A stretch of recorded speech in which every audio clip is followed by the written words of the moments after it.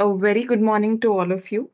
So, this is Anuprita from Rian, and I welcome you all to this webinar Bonjour 1.0 Ins and Outs of the French Language Industry. So, today we have with us a very talented speaker, Kshama Dharwadkar. To tell you all about Kshama, she's an assistant professor of French and Francophone Studies and the program director for BA French Honors at Goa University. She teaches translation, FLE, that is foreign language education, linguistics, phonetics, French for special purposes, and mythology. Her research and teaching focuses on the analysis of the translation of works in Indian languages from French and mythology. She was awarded a scholarship by the French government in 2016 and 2023 to pursue teacher training courses in France and from Francophonia in Nice in 2019. She has published several research articles in Indian scientific journals and in edited volumes as well. So we are very lucky to have you here, Kshama. So I hand it over to you now. Thank you. Thank you, Anuprita. I hope I'm visible and audible as well. Yes, you are. Okay, fine. So then let's begin. Yes, so today it's Bonjour 1.0 Ins and Outs of the French Language Industry. So the contents of this presentation are, could you change the slide? Yes, understanding the French language. Then we move on to challenges in French translation, human versus machine translation, career paths in French translation, and finally case studies in French translation. I have about an hour, so I'll try to fit in everything. So beginning with understanding the French language. You change the slide? Yes, thank you. The next one also. So the French language is often hailed as the language of love and diplomacy and holds a unique and prominent position in the global linguistic landscape.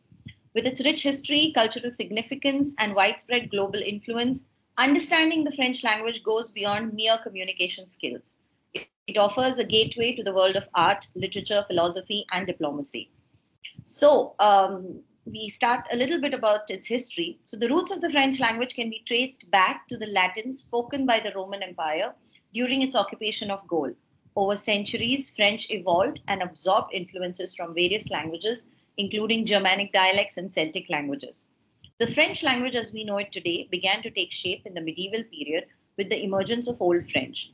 The development of French language parallels the country's tumultuous history from the medieval troubadours to the courtly language of Renaissance.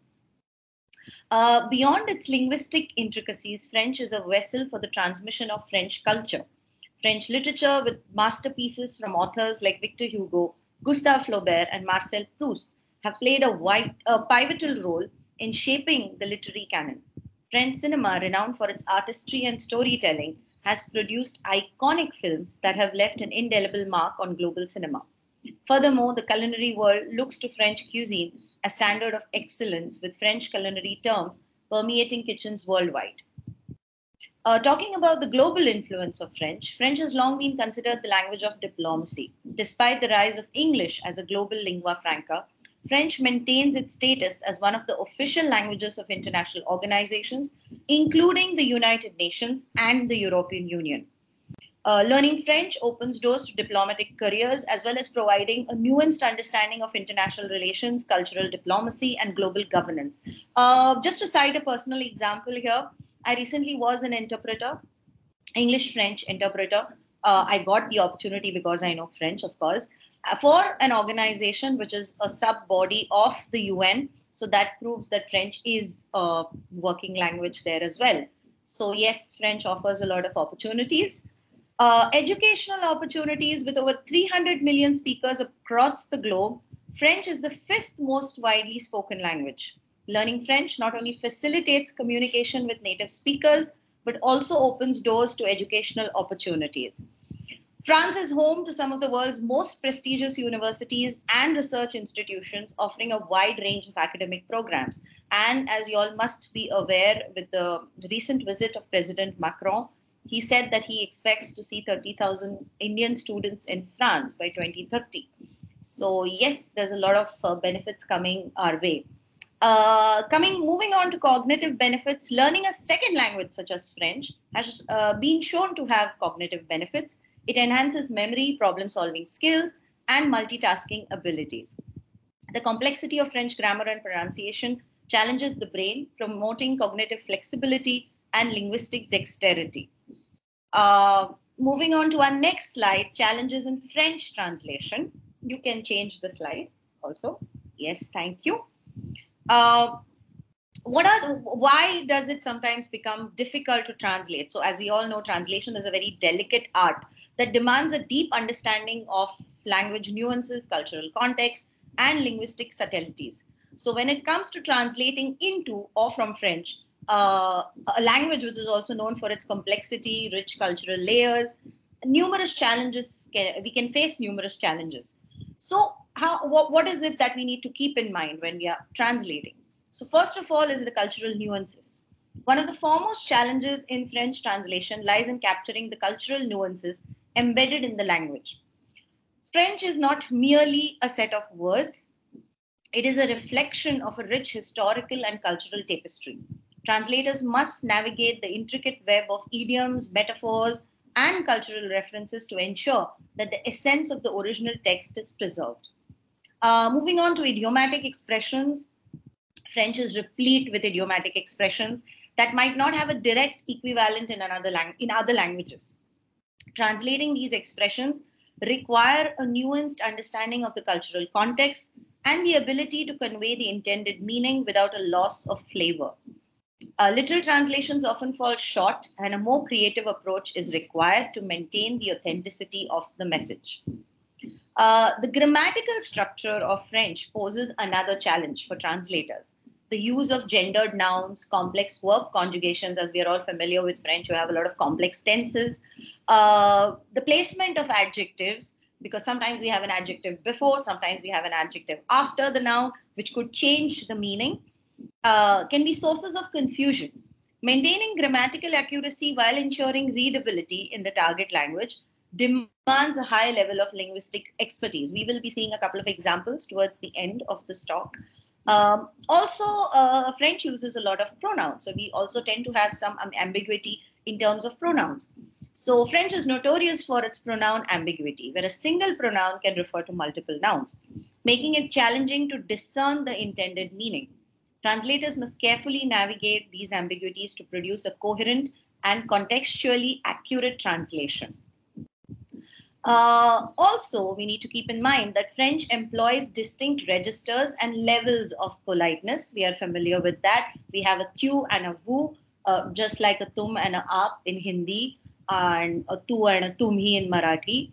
But in English, we just have a you. So we need to be very careful with that. So these registers of politeness can significantly impact the tone and the meaning of a text. Translators must be attuned to these variations, adapting the language to match the appropriate level of formality or informality based on the target audience and the context. Moving on to some literary challenges, translating literary works from French presents its own set of challenges. Poetic nuances, wordplay, and the unique voice of an author can be difficult to capture faithfully in another language. Striking a balance between staying true to the author's style, ensuring that the text resonates with the target audience requires a high degree of skill. This is one example that I often give in my classroom, which can be a little funny, but for example, we are translating an English text which shows the character eating a gulab jamun, say somewhere in the hinterlands of India in a village. We cannot replace the gulab jamun with a French patisserie. It will definitely not agree with the character sitting in a village in India, a remote village in India, and he cannot be eating a French patisserie. So what do we do then? We maintain the word gulab jamun to maintain the flavor. And this is what translators also say, that certain words cannot be translated. You maintain them as is to retain the flavor of the original. If not, it is lost. And finally, technical and specialized terminology. So in fields such as science and technology or law, French often employs specialized terminology. So translators must possess expertise not only in the language, but also in the specific subject matter to accurately convey technical details and maintain integrity of the original content. Of course, not everybody who is a French translator may have a degree in law, may have a degree in engineering or medical.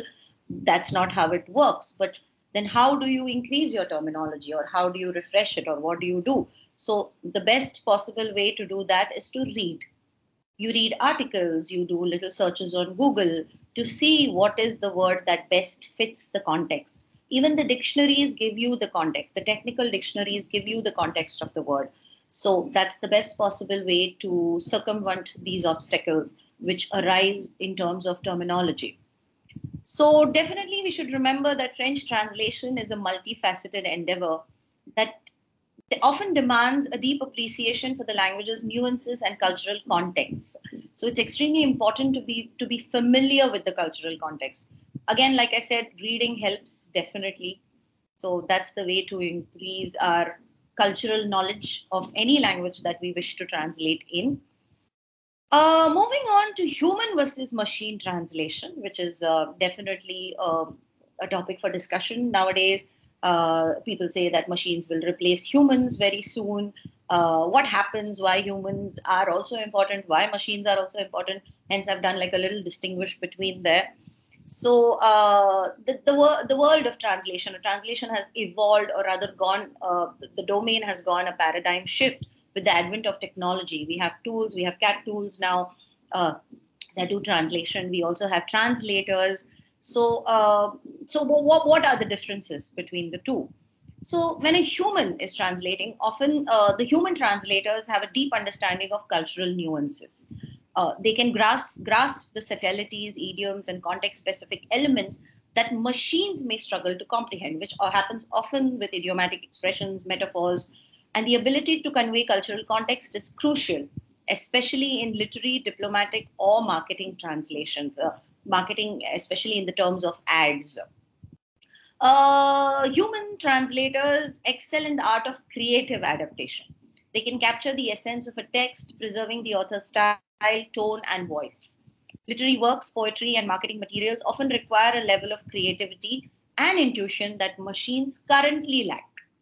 So, humans also possess the innate ability to understand and interpret the broader context of a text. They can discern ambiguity, navigate pronoun references, and adapt their translations to suit the intended audience, taking into account the specific register, formality, and cultural expectations.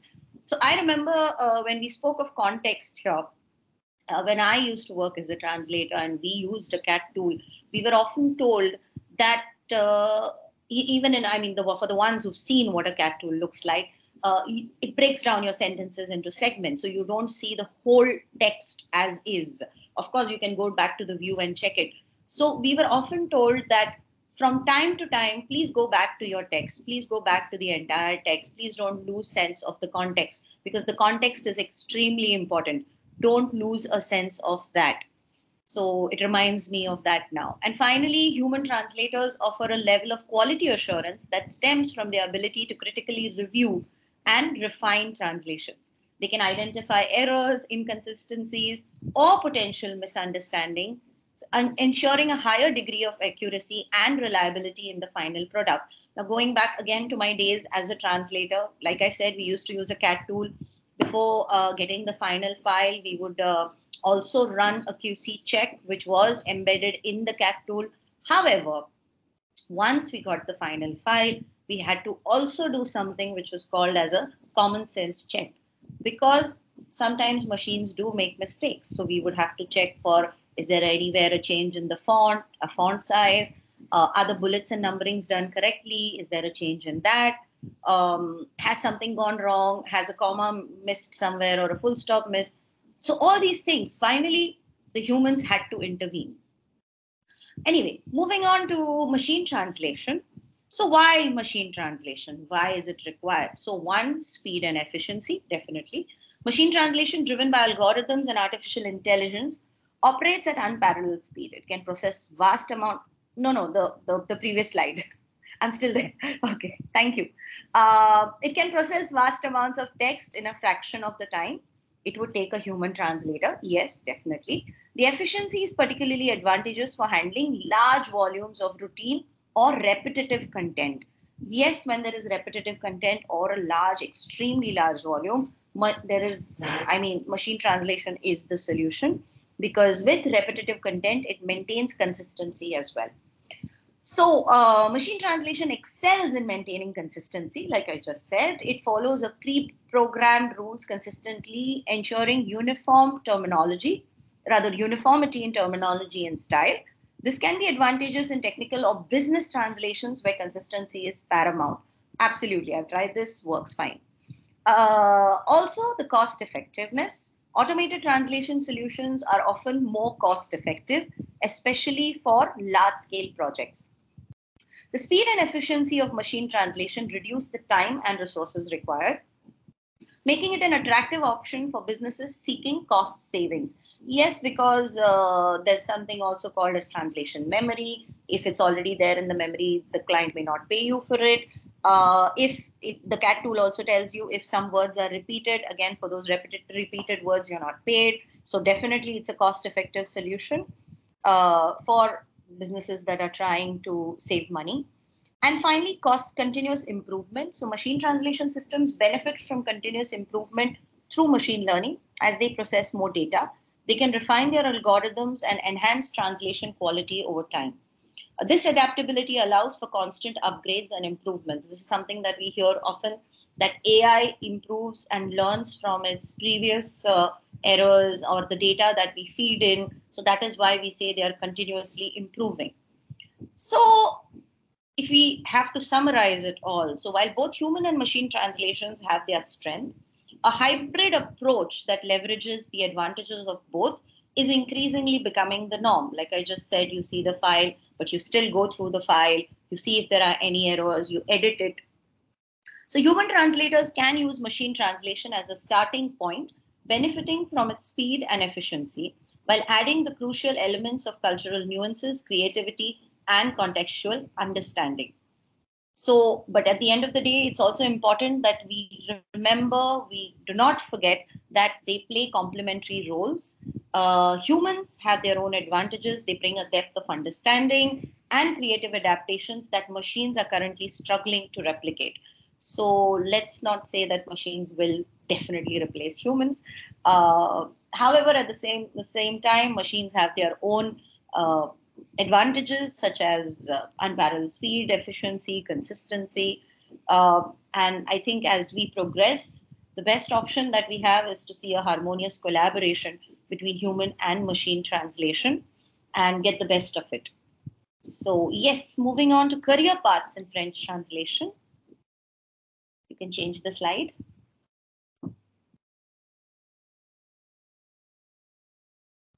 No, the previous one. Yes. Yeah. Okay. So I just listed a few that came to my head here, as in what are the paths in translation, what is it that we can think of doing with French and any other language that we know, whether it's English, Hindi, Marathi, Konkani in our case. But yes, so as we know, the world is becoming more and more interconnected thanks to borders being more porous. So the demand for skilled translators has grown exponentially.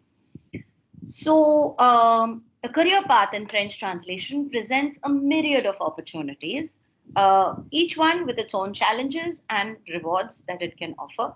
So moving on from the first one that came to my head was literary translation. So, for those with a passion for literature, a career in literary translation beacons. Translating novels, poems, and other literary works from French into other languages or vice versa allows individuals to immerse themselves in the rich tapestry of French literature. This path demands a keen understanding of cultural nuances, linguistic creativity, and the ability to capture the author's unique voice. Uh, Definitely, if you are doing a literary translation, it demands extra effort on the part of the translator. But like I just said, definitely understanding the cultural nuances, the cultural significance of the terms that we are translating. In fact, again, a personal example is that one of my colleagues from the discipline of Marathi and I, we translated two short stories of Guy de Maupassant. They weren't meant for any monetary gains, but they were an academic endeavor, and they were published by a journal in Marathi. And yes, we did face certain issues in translating because, again, it was very old French, number one.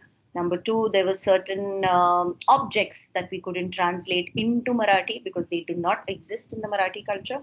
So hence, but it was a rewarding experience. It was quite challenging, so we enjoyed doing it. So yes, literary translation could be the way forward for some who like it.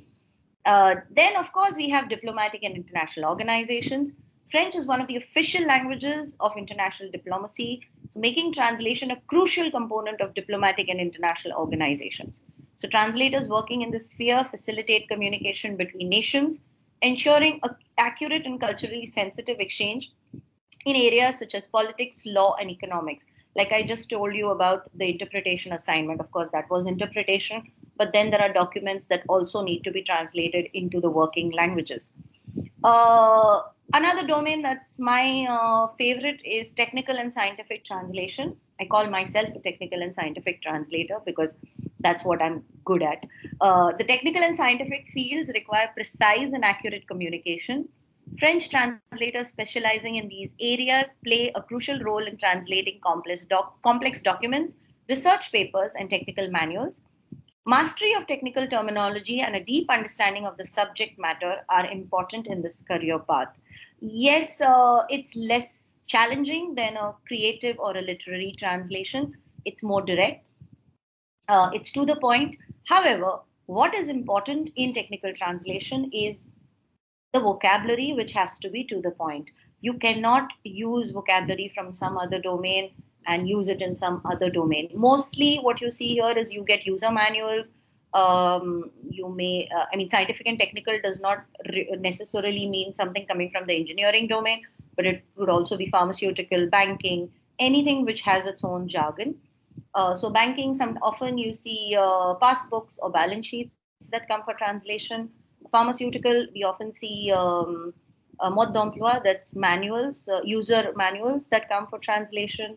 Also, sometimes when French companies supply products here, like for example, the trains or the metro, I think they are using Alstom. So Alstom sends its manuals in French, which have to be translated in English for the workers and the people who are dealing with them here in India for them to understand. Moving on to legal translation. So, the legal profession relies heavily on accurate and reliable translation services. Legal translators work on documents such as contracts, court transcripts, and legal briefs.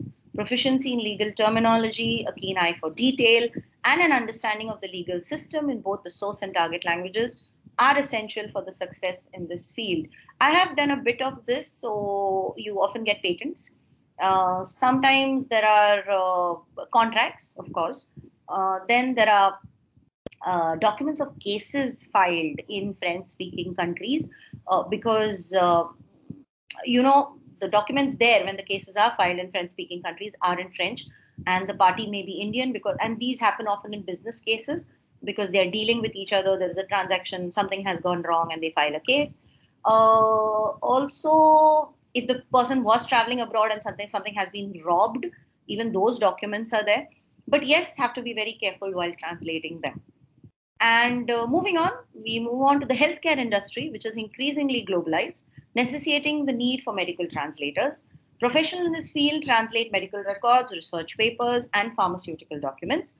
So, a strong grasp of medical technology and an understanding of different healthcare systems are crucial.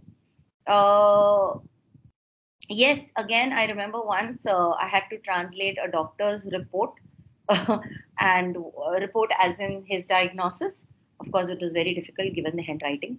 But yes, it's quite challenging. It could be quite challenging understanding and then translating because we are not really familiar with terms. But yes, like I said, we have to do a lot of research, look up words, read up on Google, and that's the only way out. Also, another term now which is quite a la mode these days is localization. So, in this digital age, companies are expanding globally and they require their products and services to be adapted to local cultures and languages. So, French translators specializing in localization ensure that websites, software, and marketing materials are culturally relevant and linguistically accurate for French speaking audiences. Similarly, when other foreign companies come to India, they do a similar thing for the Indian market. If you look at the case of Amazon, Amazon initially was only available in English, and now it's available in a lot of Indian languages. That's localization. Finally, we also have freelance translation. We must have heard this word, freelance translators. So many translators, they don't really choose to work with any translation agency or a company which employs translators, but they offer their services independently. So they are their own boss. So this is a flexible career option who prefer to work for those translators who prefer to work on a variety of projects. And what the benefit here is that they set their own schedule and they choose the type of work that they would like to do. So they cannot be told, okay, today we've got a pharmaceutical project, or tomorrow we've got a legal project, or day after tomorrow we've got a creative project. No, they can choose to work out of their own volition. And finally, education and training. So some translators transition into roles in education and training. They may become language instructors, teaching French or translation courses at universities or language schools. Others develop training materials or conduct workshops to help aspiring translators hone their skills. One of those examples is me.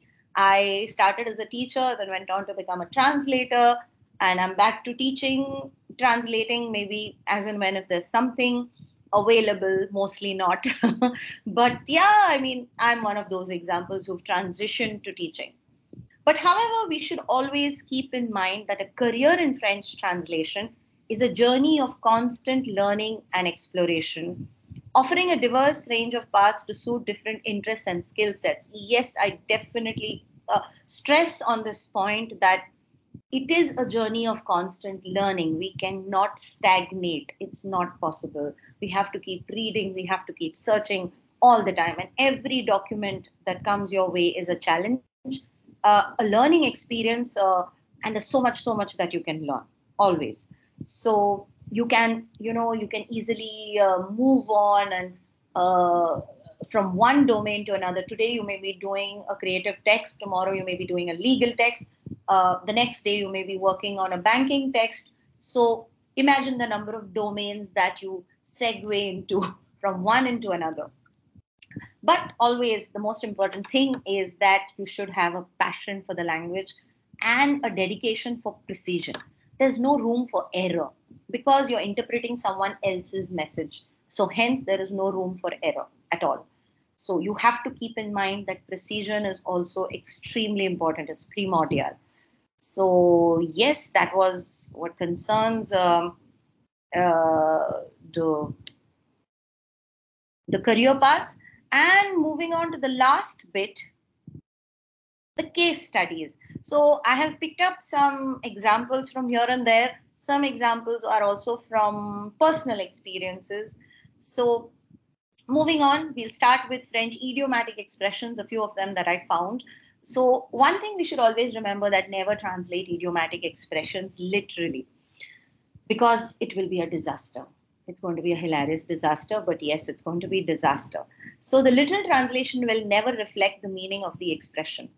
So if you come across an expression that, when translated literally, makes no sense in context, you are probably you've stumbled upon an idiomatic expression.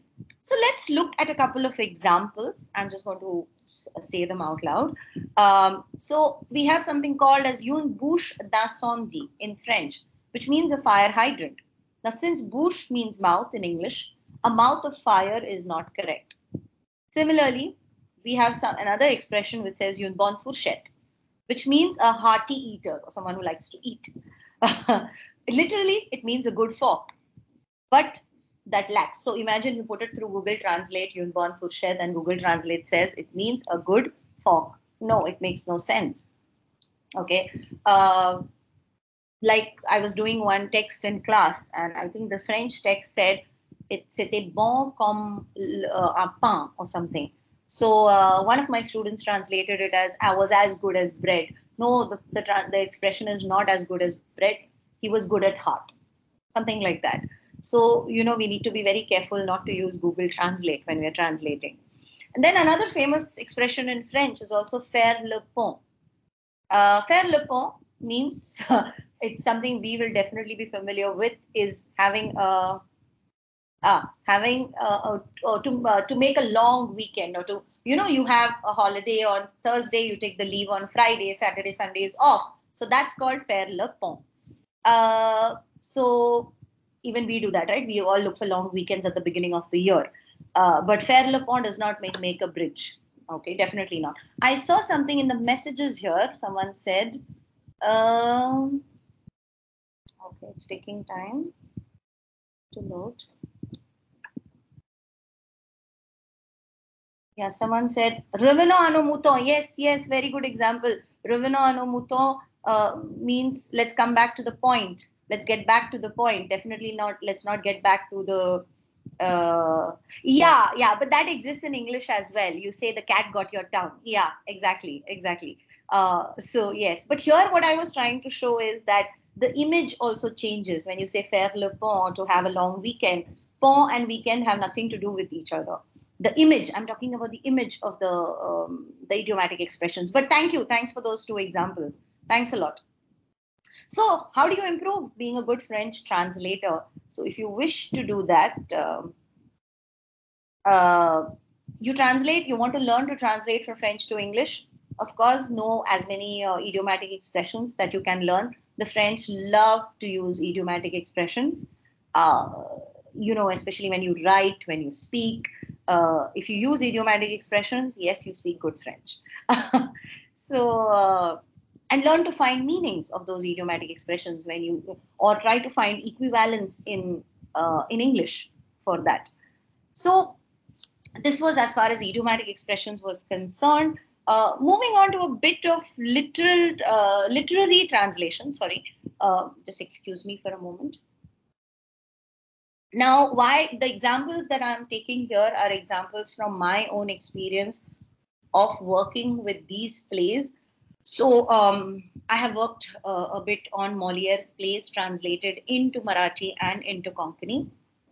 So hence the examples are coming from there. So moving on first to a play of Moliere's that has been translated into Marathi, two plays in fact. So P.K. Atre translated two of Moliere's famous plays, Lavar as Kavdi Chumbak and Tartuffe as Bua Tithe Baya. So what's interesting to note here is the titles used by Atre are not literal translations of the French titles. So what P.K. Atre does here is he highlights the main character by choosing the term Kavdi Chumbak for the play Avar. Avar means a miser in English. So he uses this title because this word in Marathi language, Kavdi Chumbak in Marathi language, precisely refers to a person who attracts money and does not let it go. So in other words, he's a miser. On the other hand, for Le Tartuffe, he translates the title as Bua Tithe Baya, which gives the reader a faint idea as to this play. Definitely refers to the Indian phenomena of Guruism. Now, just a minute. Another famous play that has been translated into Marathi is also Huis Clos. Huis Clos was originally written in French by Jean-Paul Sartre. And the Marathi translation is aptly titled In Camera by Meera Gunari. It is interesting to note that in the English title is translated as No Exit. There is an English translation as well. But the title of the Marathi translation chooses to be faithful to the French equivalent of the original, the original title. So she chooses to be faithful and use the and you can see here that the title is not in Marathi, it's in English, In Camera. So moving on to Konkani, like I said, I have worked on it, hence all this stems from personal examples. So similarly in Konkani, Shenoi Goembab has transcreated, he's not translated, but he has transcreated Lavar as Paunache Tople. Now Paunache Tople is a pot full of gold. Not really gold, but gold coins. Pauna is gold coins. So he does not bring the word awar or miser anywhere into play there. So if you look at some examples, is in the source text we see un vrai visage de santé, and I will come back to that, Snehal. So, and in the target text, we see Itli kanat tumka poili kennats podong nashili. I don't know how many Konkani speakers are here, but for the ones who don't understand Konkani, what it means, the sentence in Konkani means is, oh, we never saw such a, what you say, shining skin or shimmering skin before ever on you. So, what Shenoi Goembab does here is, instead of doing a literal translation to convey the message, he uses words specific to his language, that is Konkani, to build up this impeccable image of health. So, in case of Konkani, it is the shimmering skin or the shining skin, which is a perfect example of youthfulness. There's another one which I often cite also because I really like this example. It may sound repetitive, but in the source text we hear Il faudra de ces choses dont on ne mange guère, et qui rassassent d'abord quelques bons haricots bien gras avec quelques pâtés en pot bien garnis de marron. Now this is from Molière's play Lavar. So in Konkani, Shenoi Goembab says, पोप्याची उसळी कर, शेगलाची भाजी फोडणा घालची, आमाड्याचे सासव करचे. So you see that these are coming from two different distinct cultures, distinct languages, where the vegetables here or whatever the food items are not very common. But then what happens here? So Shenoi Goembab has used French themes and humor to produce an aesthetic work in the cultural milieu of his language. But how does he bring it here? So if you look at the original text in Lavar, Arpagon has invited Marianne to dinner on the occasion of the signing of the marriage contract.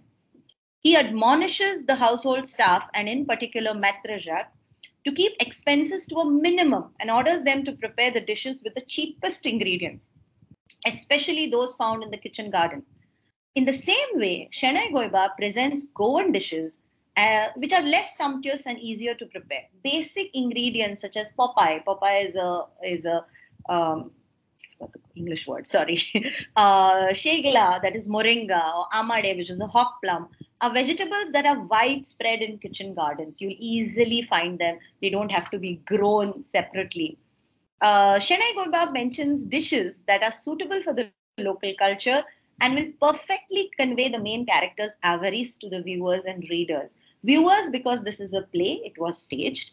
So we need to keep this in mind as well, that how he's not really done a translation here, but he's used vegetables or fruits from his own culture to show the avarice of the main character. Also, another thing that I came across was a play of Molière, Avar again, which is translated in Hindi, and where the writer speaks about, in director Mushtaq Kaq's production of Kanjoos, it's called Kanjoos in Hindi, set in the second half of the 20th century in a traditional Muslim family. Arpagon becomes Abba Jan, a form of respect in Muslim culture, and he is addressed as Abba Jan by his children, that is Azra, who's Elise, and Farooq, who's Cleont. Now, in this family structure, there is a distance between the father and the children, and the relationship between them is somewhat restricted. The children express themselves poorly in front of this authoritarian father. Fear or the norms of the time may be the cause of this discomfort. We don't know, again, because the translator never really tells you why he has done that, okay? So if we move on again to some more idiomatic expressions, moving on from literature to idiomatic expressions, is another one that I like, which says l'habit ne fait pas le moine, which in English becomes don't judge a book by its cover. Again, someone had mentioned here, deverbalisation. Yes, the image has changed once again. The moine, the monk, becomes a book here, but the meaning remains the same. And before we go ahead, we cannot forget the faux amis, or the false cognates, as we call them in English, because if we forget them, we could often again lead to linguistic disasters that are often hilarious, but at times embarrassing. So we have to be very, very careful. For example, if we say attendre in French, does not translate as attend in English, but it means to wait. There are some few famous pairs. Similarly, I will just cite a few. We have the famous one, blessé and blessed. We have assister and assist. button and sorry, bouton and button.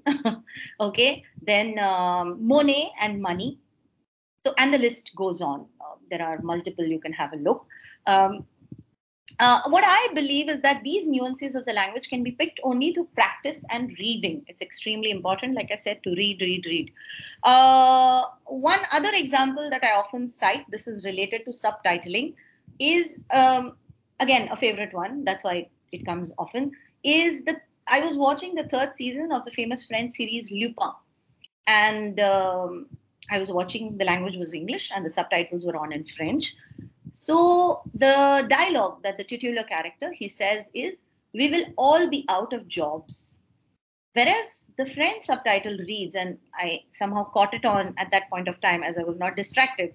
It says, "Le pôle emploi pour tout le monde." Someone who knows French definitely knows what is le pôle emploi. Okay. Uh, the Pôle emploi is an agency which helps you look for jobs. And if you're on Pôle emploi looking for jobs, means you're jobless. But see how perfectly the subtitler has conveyed it, saying le Pôle emploi pour tout le monde. In other words, the characters will be rendered jobless. One example that I recently came across, this is my last example of here, is of the famous novella Le Petit Prince. So, for the ones who've read Petit Prince, I'm sure most of you must have read if you're a French student, is in the French version, when he meets the renard, the wolf, there is the word apprivoiser. Apprivoiser means to tame. But when you read the Hindi translation, which is the Nannha Rajkumar, the apprivoiser, the term is translated as apna banana, not to tame, but give it a humane touch. So we were doing a reading of it and we came across these little nuances, how they've been translated. So yes, these are just a few examples to cite that I had to say. However, I'm going to sound very repetitive here, but if one wants to be a good translator, you should have a good command on both the languages, the language that you're translating into and the language that you're translating from. It's extremely important to read, read, read. Otherwise, you don't really learn the nuances. You learn to catch up on the finer cultural significance of things. Another, like I said, like when I gave you the example of Lupin, is if you're watching a show in English and it has French subtitles, please go ahead, look at the French subtitles or watch in French, look at the English subtitles. There's nothing works better than practicing reading, paying attention to things that are around you. And yes, happy translating, happy learning. Thank you.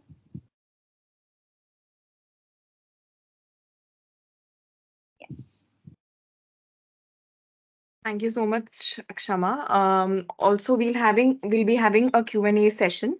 So kindly post your questions in the chat box. Yes. I think there's one question here from Snehal, which says, can you explain the difference between transcreation and translation? Can I answer that first? Sure. Yes. Please go ahead. Can I do that? Okay. So to explain the difference between transcreation and translation is that translation is you take the text and you put it in another language. You take the message across as is. You don't add anything. You don't subtract anything. In transcreation, yes, translation is involved, definitely. But things can be added, things can be subtracted, can be changed to suit the cultural requirements of the target audience. And that's exactly what PK Atre and Shenoi Goembab have done. So if the original play had 5 acts, the one in Konkani had maybe 3. I don't remember exactly now. I'll need to go back to my notes. The number of characters were reduced. Some cases, the number, like if there were 2 characters, they were made into 1 character. So, a lot of these things, the names of characters were changed, first of all. So the names of characters were given in such a way that they suited the cultural milieu of the Goan society.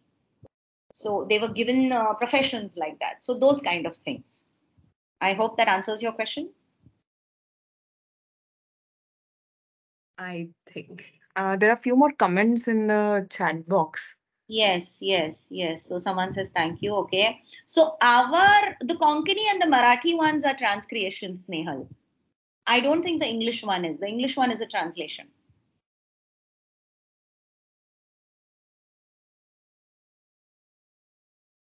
And I think there's one more comment from Prarthana. Prarthana. I would like to know what is she trying to say exactly. I didn't get her.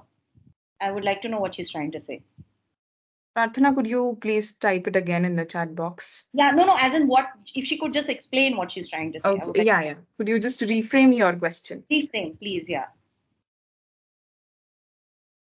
Okay, till she types, one question from my side, Kshama. Yes, Anuprita, yes. You've been a talented interpreter as well. So I would like to know what are your inputs for those who wish to even prepare themselves for interpretation?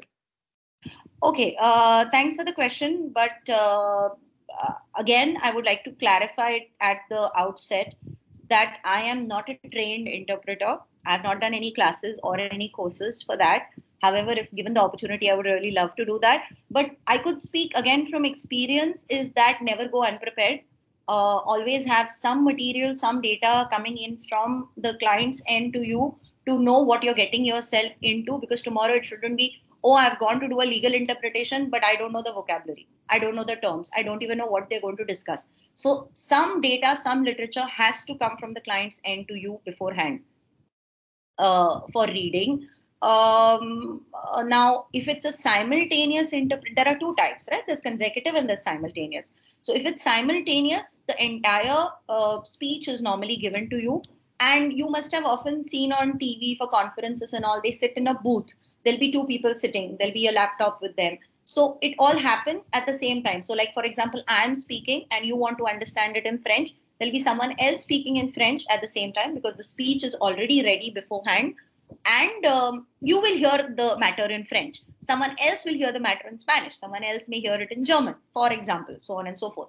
Consecutive happens one after the other. So if there are three people, I speak, then the interpreter speaks to the person who doesn't understand in French.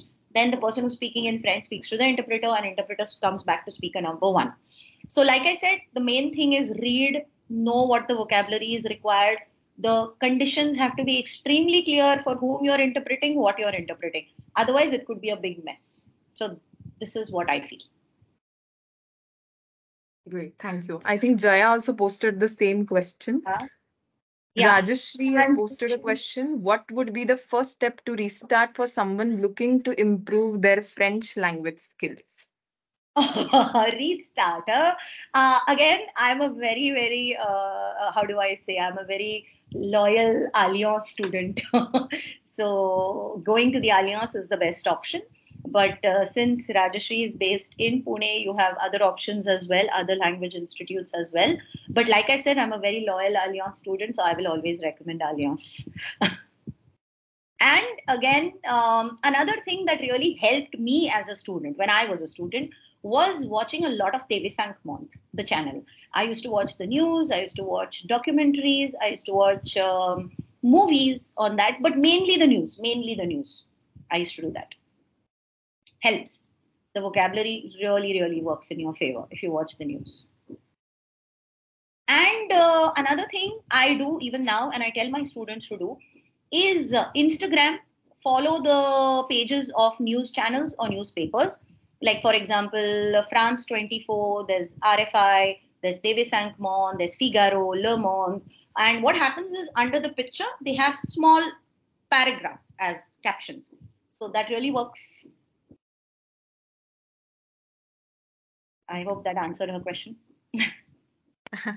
Yeah, Insta Reels also. Yes, Insta Reels as well. Okay, so moving on from translation and interpretation, what could be the differences and similarities? Oh, translation is something definitely that you do on paper or on a computer, basically. Interpretation is a very dynamic thing that happens talking. You have to talk. It's extremely dynamic. If the person has not understood something, you have to make an effort to explain, rephrase sentences. So yes, that's definitely there. And like I said, you really need to do some homework and go before you go for your assignment. So yeah. Any more questions? Yeah. Okay, I answered her question. Yes. We'll wait for some. Please post if you have any more questions. Oh, tour guides. Snehal, there are courses for tour guides. Let me tell you that. In fact, I think Goa government also has certificates for tour guides. And I mean, imagine you don't know French. How are you going to be a tourist guide for French? So the ones I have known who are tour guides and have certificates have also done courses in French. So it's not like that they've never done courses or they've never learned the language. No, that doesn't happen. That definitely doesn't happen. So, like for example, now the new thing is you have a lot of cruises, right? They come to Goa, and I know this because someone I knew used to do it, and there would be a whole team of people who either had like a C1, C2 in that particular European language or a master's in that language, and who would go as a team there to interpret for the different groups of tourists who were on those luxury cruises. So definitely they've done some courses. They cannot be there without doing courses. It's not possible. Yes. Anything else? I think that's all. That's So all? just to sum up the really insightful session, I must say, Kshama, thank you so much. So to sum up, you took us to understanding the French language towards the historical roots, cultural significance, the challenges in the French language, and I really loved the example of gulab jam. So You. yes, few cultural nuances need to be taken into consideration. Further, we saw the career paths. I hope all the students here would be benefited with it. We saw the amazing case studies. I really love the Konkani and Marathi references that you gave.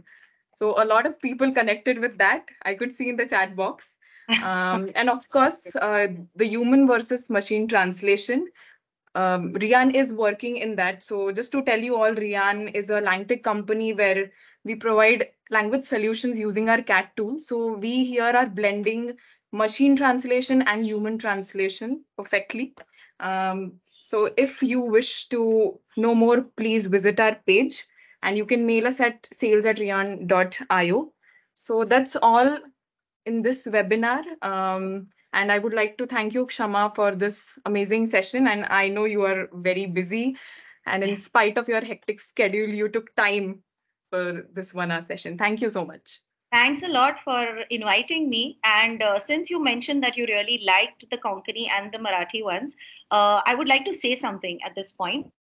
That is what came from my little research that I had done. But however, my ex-student, Vrinda is here, who has done an entire dissertation on this transcreation. So I would like to mention that she is also here, and we recently presented a research paper on this topic at a conference at BHU, and it was well appreciated. So we've realized that transcreation is something that people are not familiar with and would like to know more about. So she's also here today. So definitely, it's a very interesting topic. And thank you once again. Thank you so much. Yes, thank you.